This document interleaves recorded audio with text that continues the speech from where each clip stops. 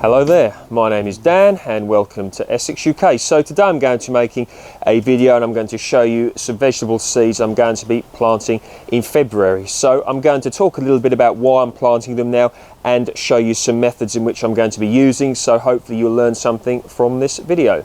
When I'm working, I like to be as organised as is possible, so I like to have all the tools and the materials I need nice and close to hand. So in here I have multi-purpose compost, nothing else added to it. This is home-based variety and I've got it elevated here on some logs. Nice to save one's back. I have my trowel here,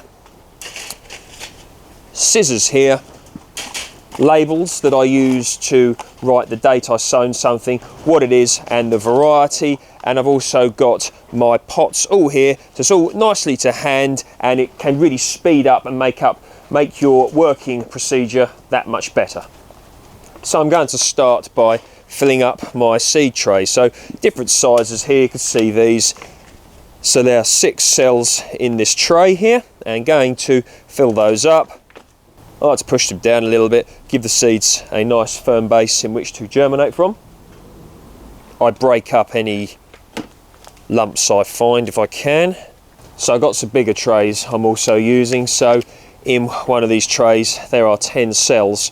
Once again, multi-purpose compost. You want to use as fresh as possible multi-purpose compost. You don't want to use any that's been hanging around ideally, because little mites can jump in there and then when your seeds proceed to germinate they can eat away at your seedlings that are coming up, and that can be very frustrating. So fresh as possible. And if you are reusing compost from, say, the same bag, at the very least make sure you seal the bag so not too much could jump in there. But fresh compost, certainly ideal in my opinion for germinating your seeds.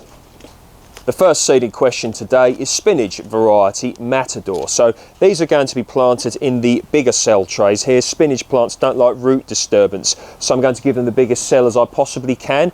So I don't initially plant in, say, a tray and then individually prick out. I can't budget the time to do that. So I like to get them in the cell tray I'd like them to be in from the onset, and then I'll transplant these out when they're a little bit bigger, probably at the allotment. So just 1 seed per cell. And they're going to go in here. So spinach is actually a cool climate plant. They don't like going over about 26, 27 degrees C, which is around 80 degrees Fahrenheit. So that combined with longer days, etc., can cause them to bolt. So it's nice to get your spinach plants planted early, then planted out before the warm weather comes, and that way you can hopefully get your crop before they proceed to bolt, particularly here in the southeast when it can warm up relatively quick by UK standards.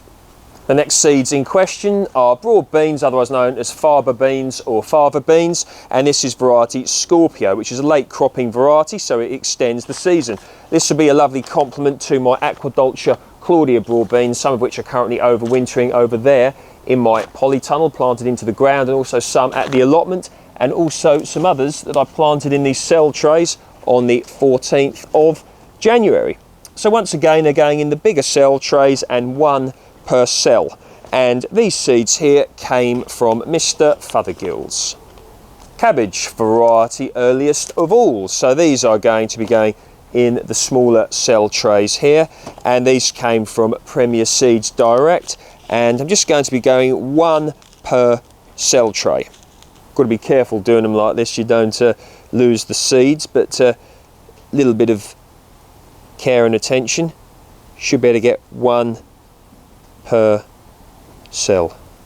Next up is cabbage variety Golden Acre. These came from Premier Seeds Direct, once again 1 per cell within the tray. So just be very careful taking these out that you don't end up losing them all over the floor, etc. But with a little bit of care that can be achieved. So just going to gently put these in. Next up, cauliflower all year round. So these came from Simply Seeds, www.simplyseed.co.uk. So once again, 1 per cell within the tray. Now this one I'm very excited about. It's the house dwarf cherry tomato. These came from Real Seeds, www.realseeds.co.uk. A unique heirloom variety, originally from Russia, then brought to Canada in the 1890s. This dwarf tomato plant has been bred for growing in pots on a windowsill. It makes a short and sturdy bush about 1 foot tall that is heavily laden with round red cherry tomatoes. So 1 foot, that's about 30 centimetres. So once again in the cell trays, 1 per tray, or 1 per cell rather within the tray, and we shall see just how these do. Here we have green heading Calibres. So green heading Calibres making nice big heads, about 120 days from transplant. So these are going to be going 1 per cell once again, and we shall see just how these do. So these are more a regular size Calibres head. And in a moment we're going to be sowing another variety of Calibres. Got to keep things interesting, haven't we, with a little bit of variety. Quite a fascinating one here. So we have quick heading Calibres, an unusual quick maturing strain with small heads ready 60 days from transplant, and these are from Real Seeds. Once again we're going to put in 1 per cell, and we shall see just how these do.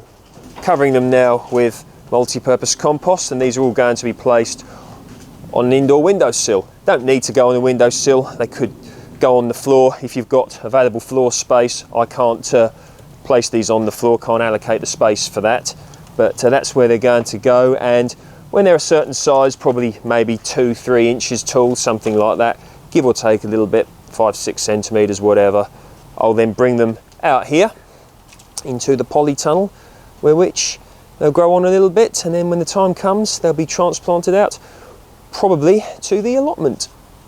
Watering, so I'm going to water them now using my little watering can here. It's really handy, this watering can actually. It's really good for watering indoor plants, whether house plants or seedlings, etc. Nice size. Give them plenty of water. I'm not a fan of, absolutely drenching them, but certainly enough so the seed gets nice and wet and is able to begin its germination process. And I'll probably end up watering them something along the lines of once or twice a week. I won't ever let them fully dry out, but certainly don't want them over sodden either. So with regards to early sowing, so none of these had to be sown this month. Next month would have been fine, and probably into April as well would have been quite fine for all of these as well. But I want to get a nice early start this year. Here in the southeast we can get some quite early summers. Doesn't always happen, but that can indeed happen. So the only thing here really that you want to be sowing early is the spinach, because as I stated earlier, it can bolt when it exceeds 27 degrees C, 80 degrees Fahrenheit, and the days get long. But even that, certainly a March sowing would be quite fine with that. But anyway, so you've seen some things I've got there, and let me know what you're sowing. It's very interesting to hear about what other people are sowing. Of course, there is regional variation, country variation, etc. But hopefully we can all learn from this video, and I hope it's helped you all. But anyway, as always, thanks very much for viewing, and I shall see you in the next video. If you like this video, please feel free to like it, share it with anyone you think may find it interesting and or helpful, and if you'd like to be notified when I put up any further videos, please feel free to subscribe. Thanks for your time. See you in the next video.